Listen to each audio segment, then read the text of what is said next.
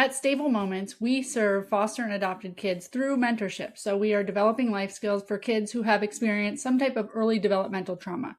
That's usually abuse, neglect, abandonment, or even just a disruption in attachment or disruption in their home during their core years of development. So that's where you get the early developmental trauma. This makes it so kids can't develop in a loving, nurturing environment like a typical kid would. And so parts of their development are disrupted. And our program directly speaks to how we can build back those portions of the brain through relationship and mentorship. So when you get certified in our model and you want to become a Stable Moments location, we have activities, like an activities pack that we send all of our locations, which have color-coded activities for mentors to do. And the reason why we created these is because I actually started the program with no activities, and mentors were kind of like, they didn't really know what to do. They wanted some guidance, and I felt like I wanted to simplify how you can be trauma informed really by just hanging out with a kid. So you put a few little things together in an activity, you put some discussions, questions together, and then you're being really trauma informed and building these life skills while just doing an activity that seems super simple. But it's how we ensure that these mentor sessions are trauma informed and that mentors feel like they're contributing in a way that's meaningful, that they're doing, we all feel better when we know we're doing what we're supposed to do, or we have some guidance on exactly what we're supposed to do. Always helpful to have added structure. So when our locations get our activities, they also get this life skill category worksheet. We have 6 life skill categories, and they are all color-coded. So self-worth is green, responsibility is blue, self-regulation is red, emotional awareness is yellow, healthy relationships is purple, and independence is orange. And each kid that comes into our program gets an individualized plan of care, which we teach our program directors how to develop these based on a child's current challenges, their history, their strengths. They do an intake assessment, and then they get clear on what life skills would be best to develop in that child. And then their plan of care has 3 colors on it that associate with these life skills. And the reason that matters is because when you get to our activities, when a mentor gets to our activities, they've already seen a child's plan of care. So if they see that a kid has green, orange, and yellow as their colors, then they're going to want to choose some activities that have those same colors. So this activity is green, blue, and orange. So we know that they're going to be working on self-worth, responsibility, and independence. Now, can you use all these activities for all of the kids? Sure. I mean, nobody's going to be hurt by building a life skill that wasn't directly on their plan. But that just gives some structure so that they know, like, okay, how are we building self-worth in this kid? How are we building emotional regulation? How are we building independence? And it's like, don't worry, these activities are specifically designed to build those things. So what I wanted to do today and in episodes moving forward is go through some of our activities, because it can help mentors kind of understand the thought process behind some of these activities and guide them in how to do them. Also, you can do these activities if you're not a Stable Moments location, or you just want to understand an activity that you can use to build life skills in a child with early developmental trauma, or any child. Then feel free to tune into these activity episodes so that you can learn the heart of our program, how to do these better, and how to build those life skills in kids. So I'm going to go ahead and roll that intro, and then this month we're going to talk about the Build a Bridge activity.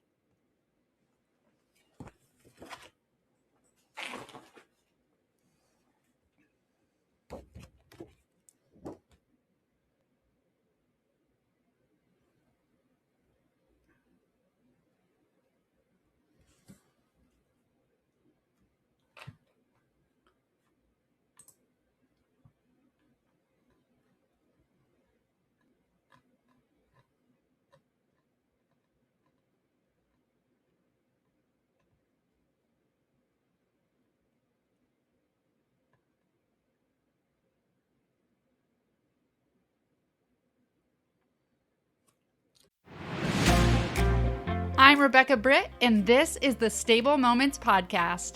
I started this podcast to understand from all perspectives how we can help end the foster care crisis. The overwhelming response was we need to support our local communities.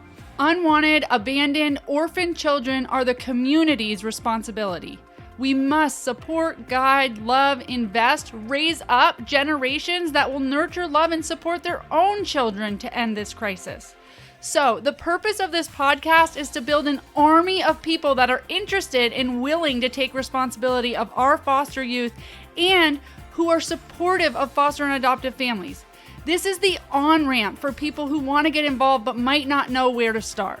I want this to be a place where community members feel like they can make a difference, where they feel good enough to make that difference, and believe that they can be a big deal in the life of a child. Thanks for being part of our community. Together, we can end the foster care crisis. Welcome back to the Stable Moments Podcast. I'm Rebecca Britt, your host, and today we are talking about the Build a Bridge activity that we have as part of our Stable Moments program for mentors to work with kids. This activity builds life skills in independence, which is orange, in responsibility, which is blue, and in self-worth, which is green. So if you have a kid on their plan of care that has orange, blue, or green, this would be a great activity to do.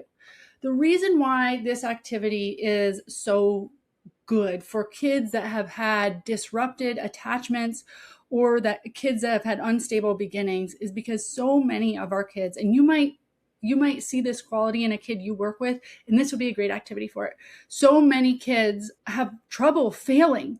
Like they try really hard to survive. Their brain is on survival mode and things really are life or death for them. If they don't get this thing right in their life, then really big things could happen. Like my home could not be here. I could move. I could not have food. There's really big unsettling things that can happen when kids perceive themselves as failures, right? Because we know when something happens in a child's life, when an adult isn't there, when an adult does something wrong, when an adult is abusive, when parents divorce, when the first thing kids do is internalize it. I wonder if I was bad, or I must be bad because this is happening to me. I must have done something wrong. So doing something wrong or failing has catastrophic results for these kids. It can, and they can internalize those results as their fault. So then we see something as simple as an activity where we're going to work towards something or build something. And when you fail at it or you're not good at it, those feelings can feel like it can trigger a response in their nervous system that says, I failed again, and I know what happens when I fail. I'm not okay. I am not okay, and it's my fault. We are not okay. The family unit isn't okay. The world isn't okay. My world isn't okay, and it's because it's my fault.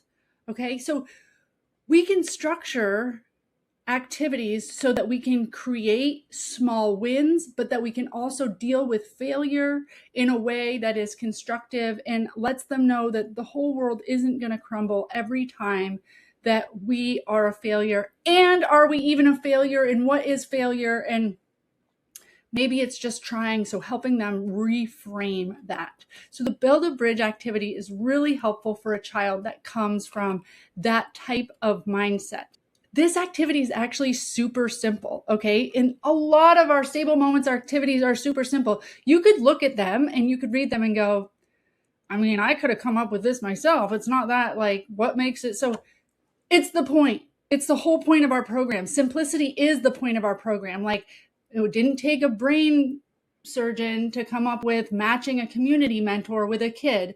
Yet it's still hard to find community mentors that want to spend time and invest in and make a child feel like they're worthy and they matter. So we're still out here calling it out. It seems simple. For some reason, it's hard to do. So sometimes the simplest things are the most rich things and the most impactful things. So with Build a Bridge, it's easy. You're just going to literally build a bridge. You're going to find two things, maybe like two bookends or two boxes that you find or two chairs, and you can put them really close together, and you're just going to build a bridge from one point to another point. You can do this with toilet paper, with tissue paper, with sticks, however you want to build your bridge. And the whole point of this is to get something an object that you've predetermined to sit on that bridge and have that bridge hold it. Now, the objective of this is to support independence and responsibility by encouraging participants to use creativity in their critical thinking skills to solve a simple challenge. And this activity also builds self-worth by celebrating perseverance and problem solving. And we are dealing with some frustration that might come up, some failure that might come up. So even then we go into maybe emotional awareness, we go into self-regulation, right? So some of our other life skills can come up if other things come up during the activity. So it can be super rich in building life skills. Okay, so it's easy. You're gonna set a bridge up, however you do that, and you're going to place something on top of the bridge. My child did this just the other day with toilet paper across the whole living room, and he was putting on dice to see how many dice would fit. And I was shocked. I was like, we must buy pretty good toilet paper, because we were at like 8 dice. And if a bridge has support closer, it's going to be a stronger bridge. And the farther you go away, the less stable the bridge is going to be. And he had this from the couch to the TV, so it was far. And the bridge held, which was fun and exciting for us to watch. And then, of course, you kind of want to keep going until the bridge breaks to see how much it can hold, right? So you start that out and you start testing, you have fun with that. When you feel like, well, that was boring, or okay, we got it to do it and that was easy, you're always going to look for a greater challenge, right? What can you do to make something more challenging?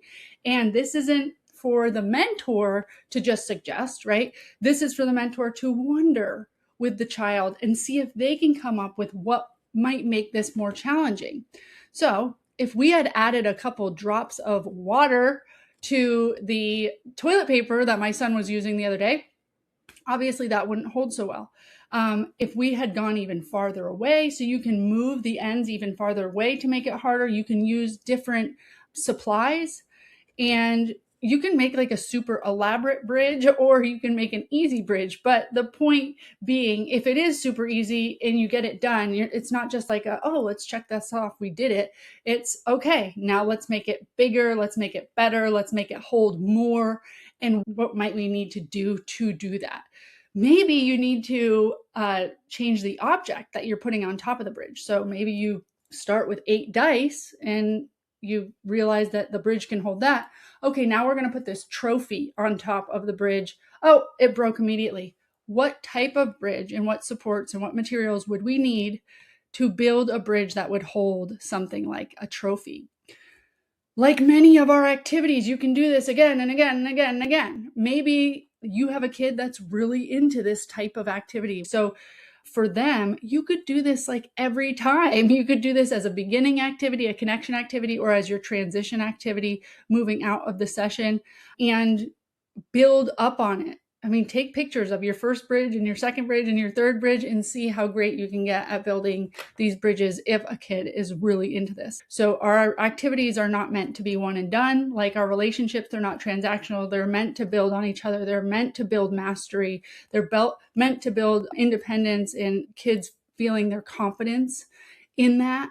So you've got to do them over and over and over again to get different results and to see progress, right? Like the point is to see like, wow, we started here and look how far we've gotten. Or like, wow, you really stuck with it. This was really tough and we couldn't figure it out and we could have given up a lot of times and we didn't, and we stuck with it. We also learned to scrap bad ideas, right? Because it's not necessarily that anybody's bad or anybody failed. It's just that idea didn't work. We would have never known that if we didn't try it.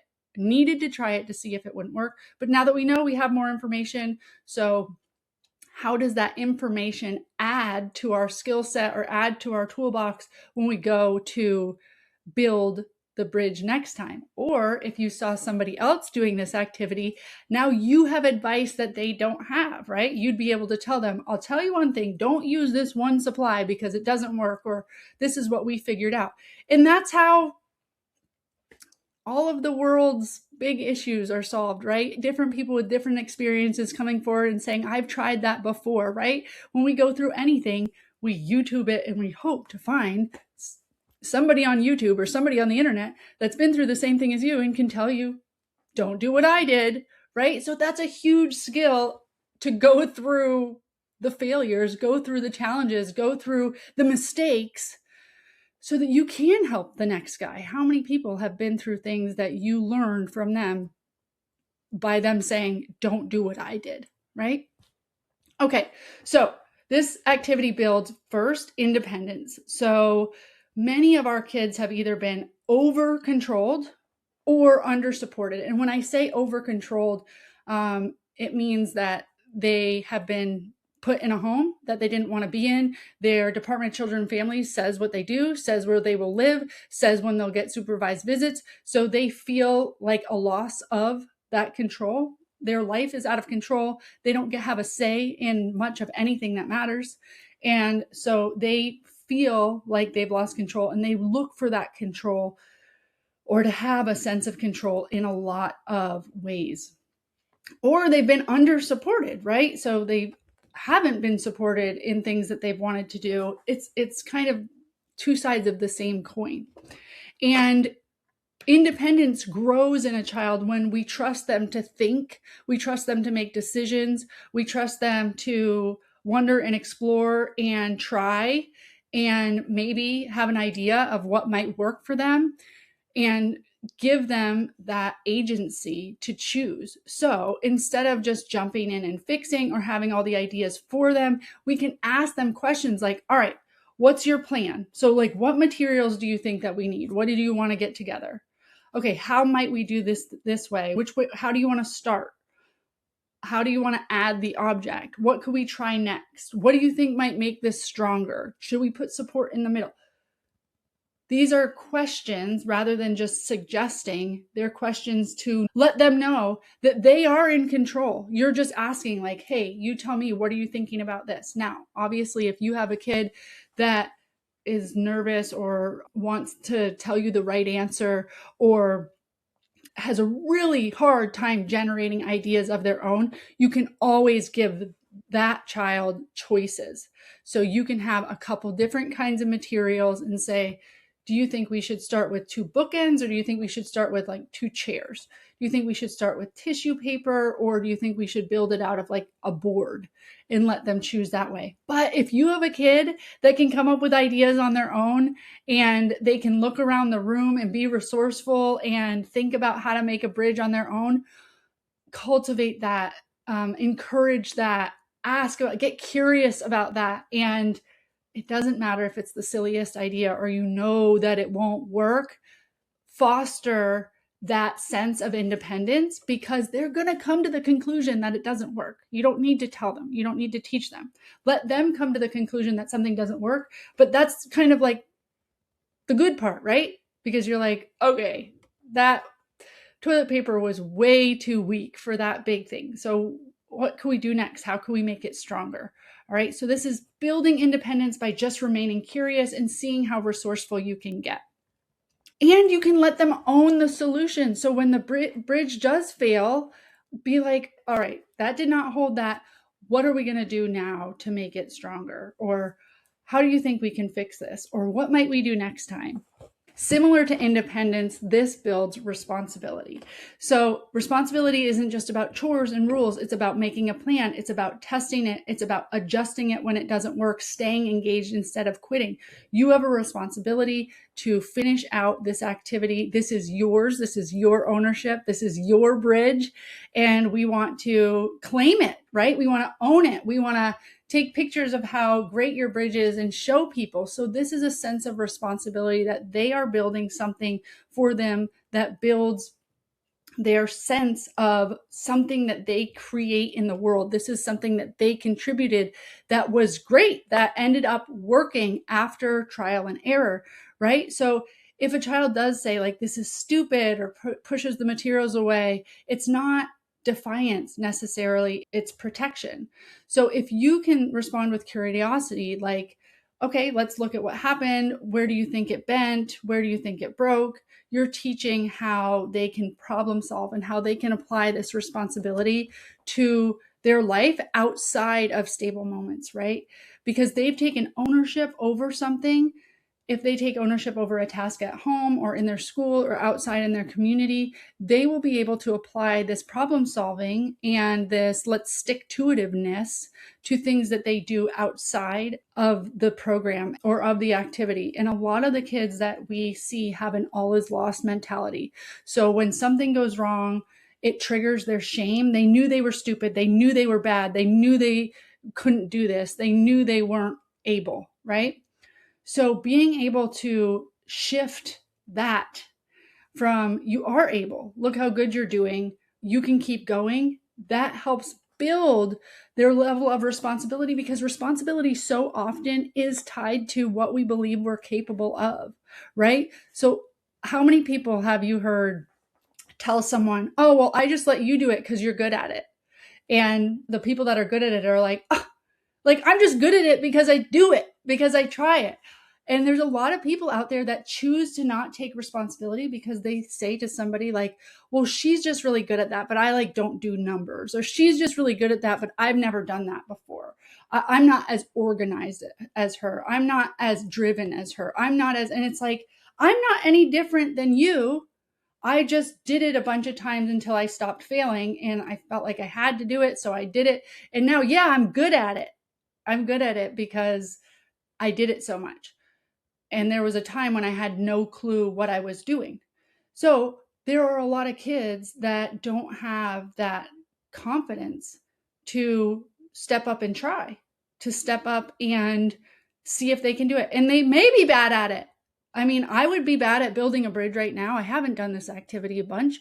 But one thing I do know about myself is that I'm really good at sticking to things. I'm really good at failing. I'm really good at being solution focused and pivoting when I need to. So it doesn't make me nervous to work on any new project because I know I'll figure it out eventually.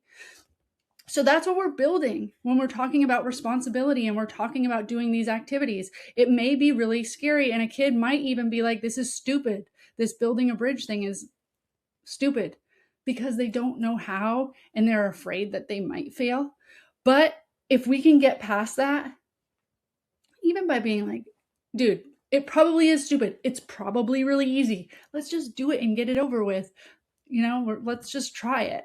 I'd like to see, you can always blame yourself. I'd like to see if we know how to build a bridge. Like, I don't know if I even know how to build a bridge, and I'm not confident that I can do this. I know it seems stupid.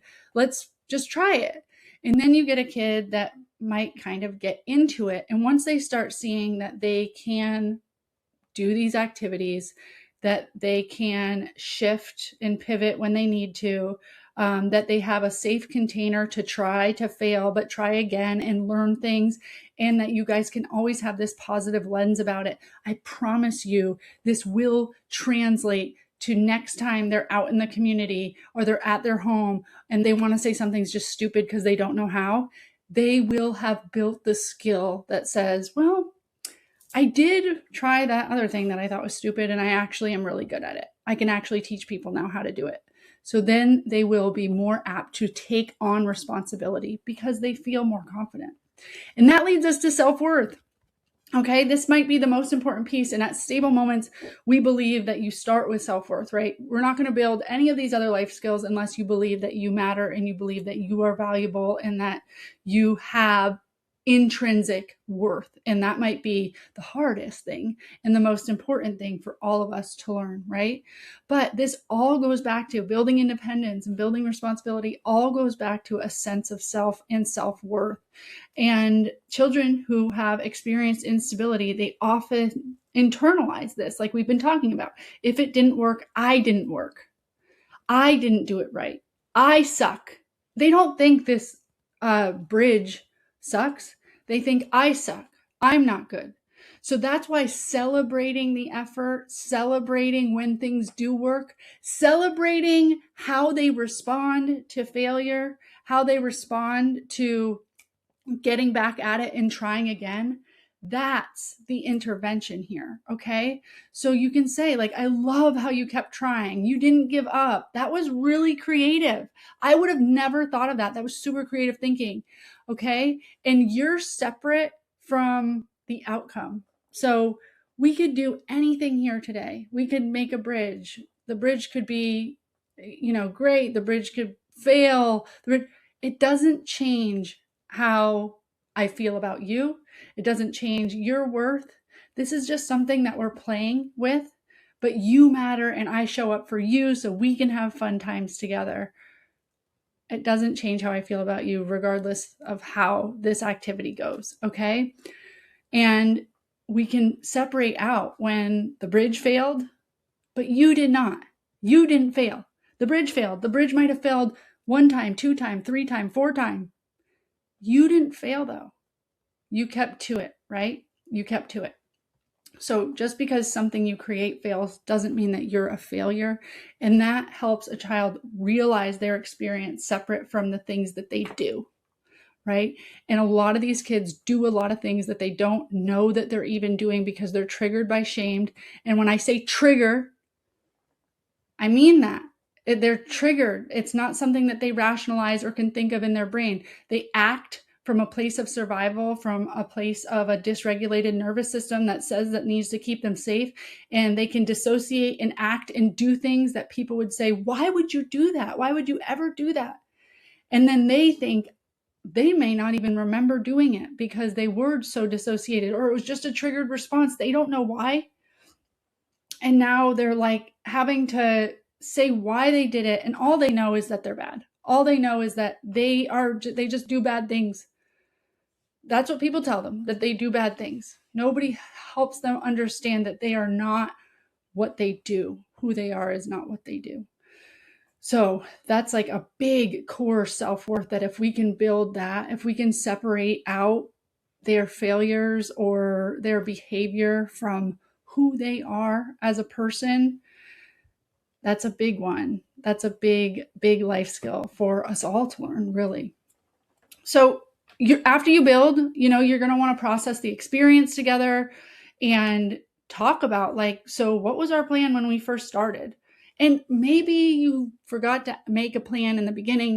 With Stable Moments, we're always about making a plan that helps with that independent thinking and those critical thinking skills. But maybe you forgot to make a plan and you guys just got right to the activity. You can ask at the end, get curious, like, what was our plan in the beginning, or what was your plan in the beginning? And like, did it change at any point during the activity?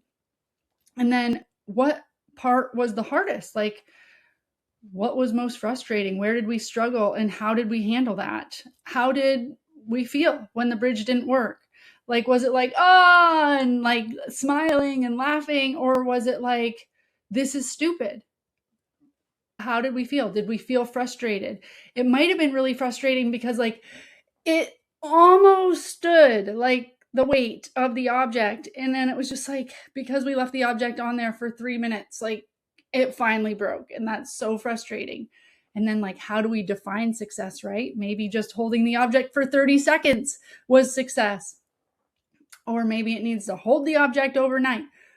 How do we define success? These are all great conversations to have, and there's no right answer, right? But it's interesting to hear what a kid sees as success, and maybe how impossible they've set the marker for success for themselves.